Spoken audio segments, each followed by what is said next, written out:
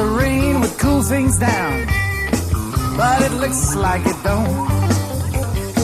I'd like to get you to change your mind, but it looks like you won't. From now on I'll be busy, ain't going nowhere fast. I'm just glad it's over, and I'm seeing the real you at last. Are you filming? I'm filming all of this with my new Steadicam, Paddy. Do you want to say a few words to the camera? Well, I'm just so delighted, you know. Yeah. I had my first jab last night. Did you? And when I went to the reception, when we looked at the card, she said, "Are you the Paddy O'Keefe?" I love it. Come on, let's go to before that bench is nicked. Oh, right, yeah. Are you rolling? I'm rolling all the time, yeah. Yeah.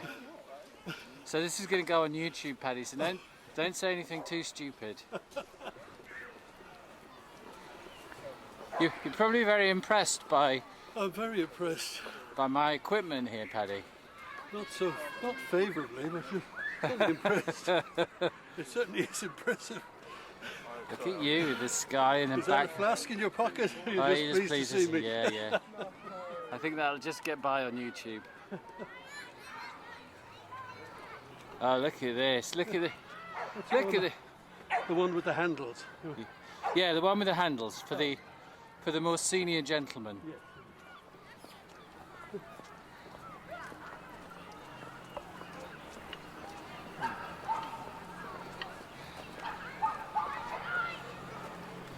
I might have to fiddle arse around a bit with the... Oh, excellent, an excreting dog. Just what people need to see. Right, so let's do a 360 degrees, Paddy. Actually, no, we won't do 360 degrees because it's wet and horrible. We'll do 180 twice. Actually, even though the ground here is treacherous... It is. I nearly came a cropper yesterday on a walk up to Gishling Beacon. Okay, what do you want to say to me then? Well, it's a fine, fresh afternoon. Yeah. And I don't know whether I've got anything much to say. To pick up our voices. Well, we'll find out, won't we? Well, you could do a test now. Go on then, speak to me, Paddy. I'm talking to you, I'm saying will it pick up our voices now? Yes. Yeah, good. I don't want to be wasting my sweetness on the summer air or the winter's air. Or was it Age Before Beauty? Well, that was the Dorothy Parker. What? When she was going through a doorway and this other actress said to her, "Age Before Beauty," and she just walked on and said, "Pearls Before Swine." Yeah. It's an old one, but it's a good one. So that was the first of it. Oh God, it's all happening though, isn't it? It's all going on now in Europe with the Oh, I haven't been following any of that. What's been happening? Well, they're saying that the EU are saying that the Exxon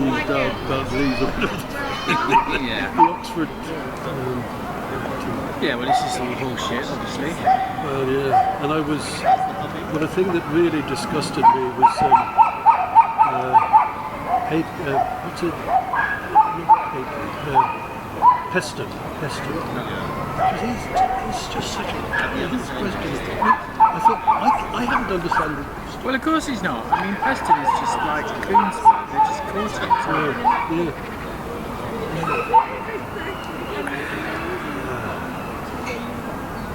I just bought Chomsky's latest book. Oh, what is that?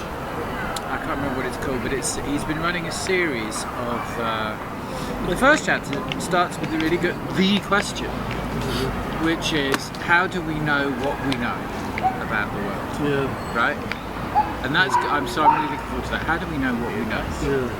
And I assume they're going to be talking about, well, the only way we know is the media, and then look at the media and all the rest of And it. the conditioning that we have and the education that we have, which can be selective. I'm wearing a friend of mine down about the BBC. you're being critical of them. Well, yeah, because they're sort of fatuous nonsense, isn't it? What they do. It's dreadful. I mean, I cannot watch the BBC. Sometimes I might watch Newsnight, but fuck it.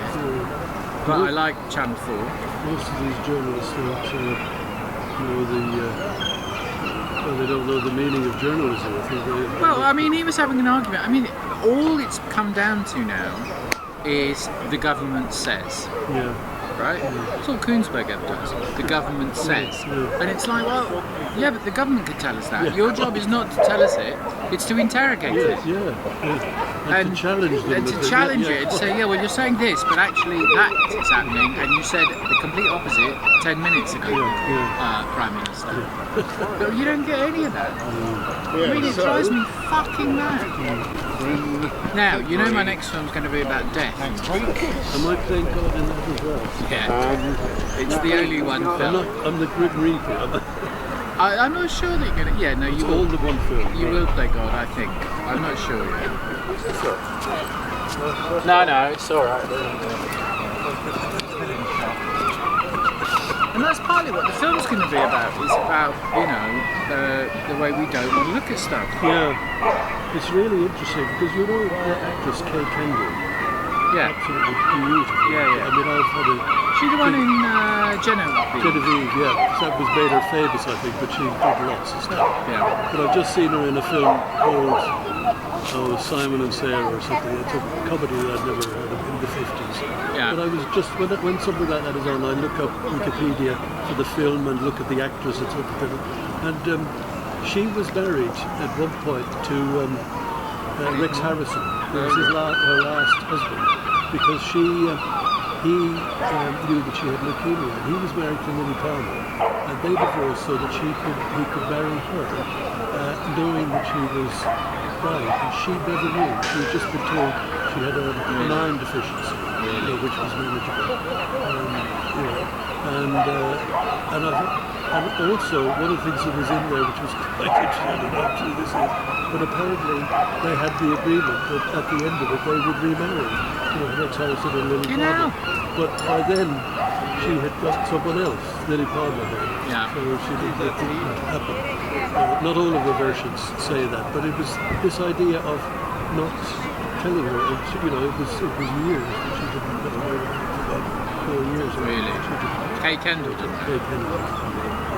See, I find, one of the people that, one of my heroes, as you probably know, is Winnicott, Charlie. Oh yes, yeah. And he wrote this thing towards the end of his life, let me be alive in my death, right? And to experience it. Yeah. And I feel that it's a terrible thing to deprive. I mean, in a way, well, both my mum and dad, I don't know if my mum... Oh my goodness! Well, you're not dying, are you? You're a long way off.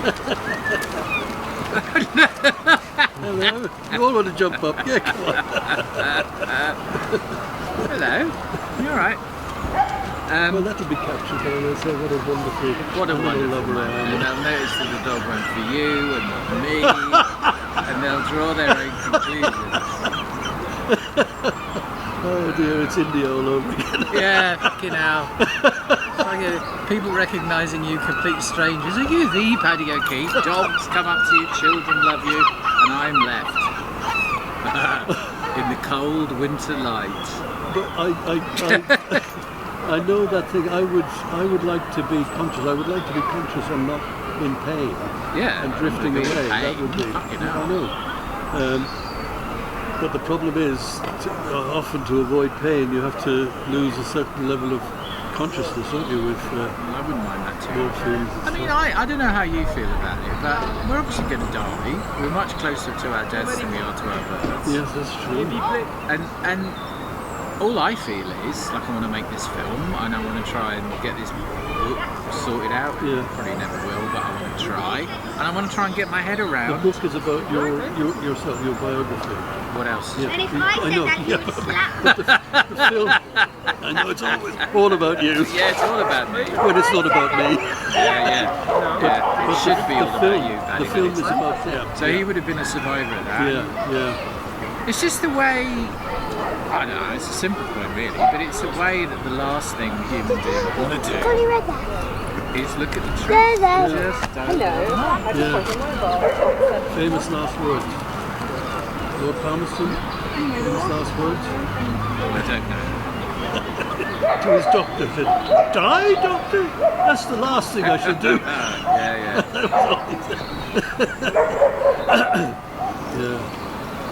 I don't know. Maybe I'm just a cold-hearted bastard, because some people, I think,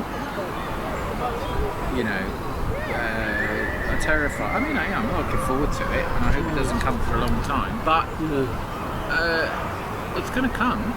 Yeah, I mean, I think about it a lot, really. I remember at school, doing Roman history and reading Cicero's De Senectute, praise of old age, and also the idea of the memento mori, the slave in the chariot when the triumph is going, and Caesar is going like this, and his tomb. And they say it's quite a good therapy to think about it, just to contemplate the thing every day. I mean, the thing that worries me, or the thing that I suppose frightens me, is not existing. Just not existing. You don't think you know? I mean, I think the great thing about it is you won't know anything about it at all. We know enough now to have some figure of as to what it would be like. Yeah. Well, that is it. I'm going to give you a short quote. You want a short? Yeah, like life itself, buddy. Well, he said it was about cricket, which was a game he didn't like at all. He said the English had to invent cricket. He said because they're a godless nation, and without having invented cricket, they would have no idea of what eternity felt like. Yeah. Yeah, well, it's the one thing I share with Sean, then. It's a dislike of cricket. I mean, seriously. Thank Christ I'm half Welsh. No, seriously, if I was all English, I'd shoot myself. Because, a more shitty nation has yet to bestride the colossus of the world. Don't you think? Well, I don't. No, seriously, I honestly think that you and I wouldn't get on if we were both English. Yeah. I hate English people. I don't think I know an English person that I like. Oh gosh, really? That's a bit harsh. Yeah, that is. But John Benjamin, you must love him. was the first one to spring to mind. But I'm thinking of quintessential English. Actually, this is funny. When you say quintessential, it's almost always followed by English, isn't it? Quintessentially English. They tend not to talk about other. No, but we're out. I read another article this morning in the LRB. You're just showing off for the camera now. I read this very learned article in the LR, the London Review of Books, which I subscribed to for a number of years. And anyway, it's a sociological book studying on Brexit. Yeah. And the good news, as we all know, is that the Tory party has decided to throw in its lot with Gammons. Yeah. And the good news is they're going to die. Yeah, that's true. And the Tories have got fuck all to offer the upcoming generations who are not going to come. They've got Rees-Mogg. He's still young. He's down with the youth, isn't he? Well, he is the youngest of the prominent Tories. Yeah, he's really got the youth finger on the pulse of the young people. So they're fucked. And again, one of the reasons that I want to live long enough is to see them utterly fucked. Yeah, this is the Tories. Yeah, of course. Yeah. It is amazing how they manage to get the support that they do get.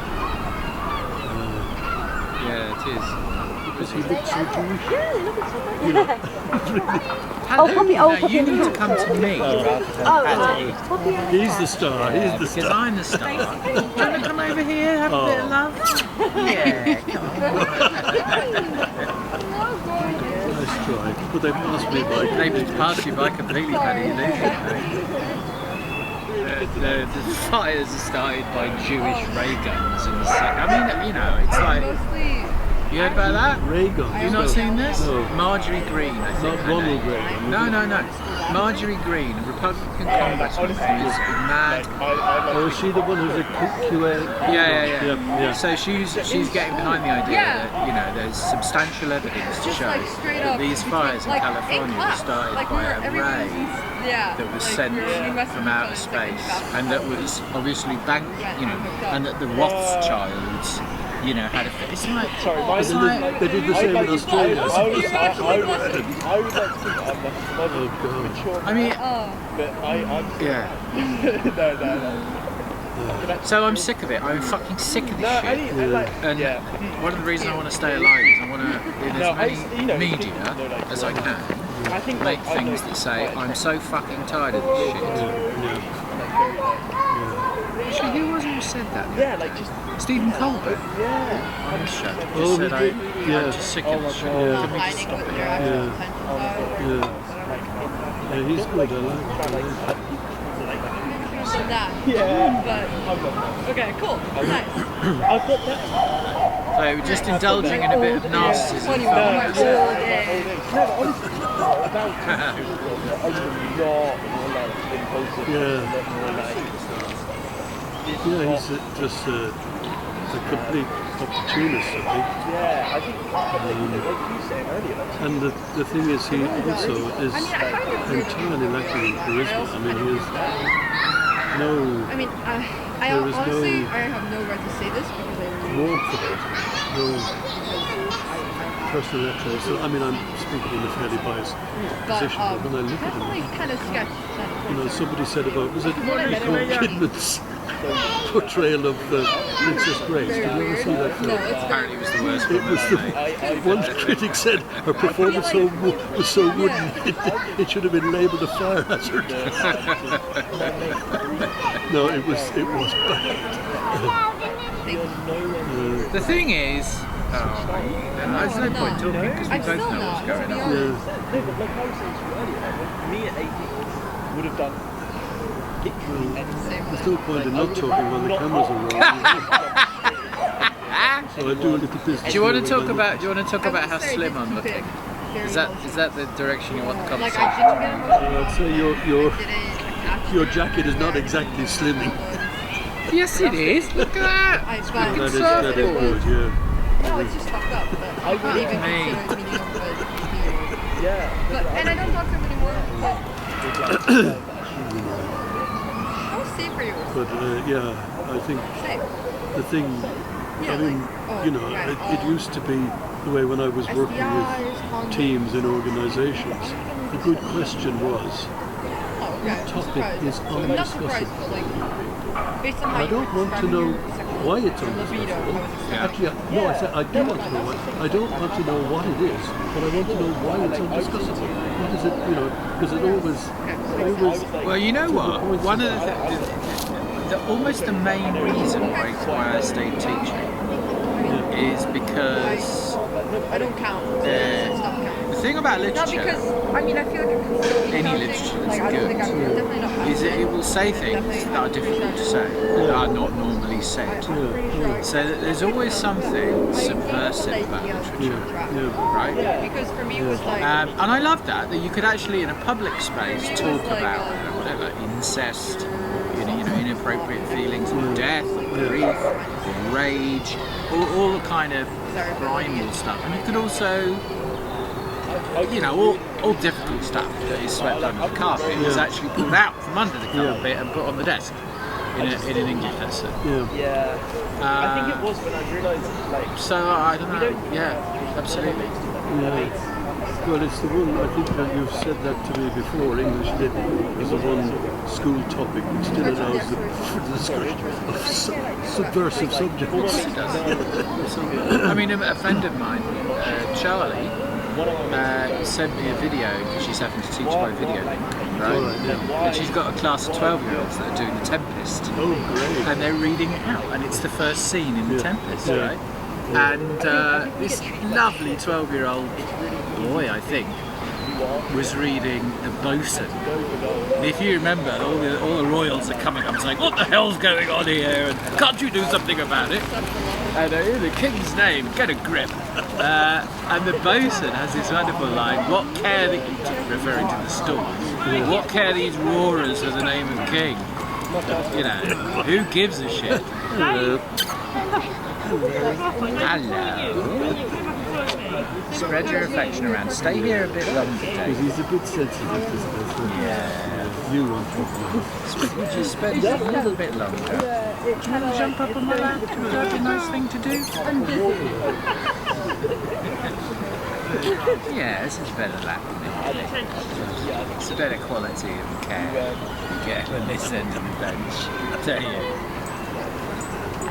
And it just like instantly, you know, that's what you'd want to say to these in power.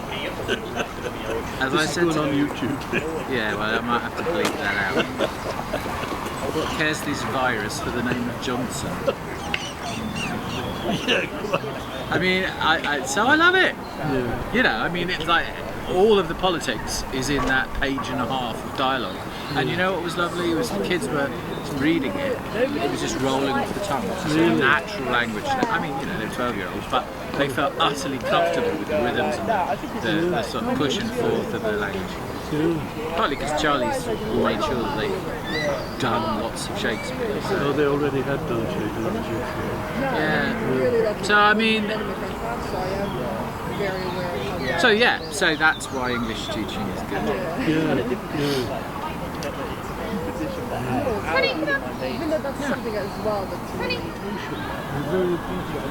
I'm just going to check. Look how dark it's got.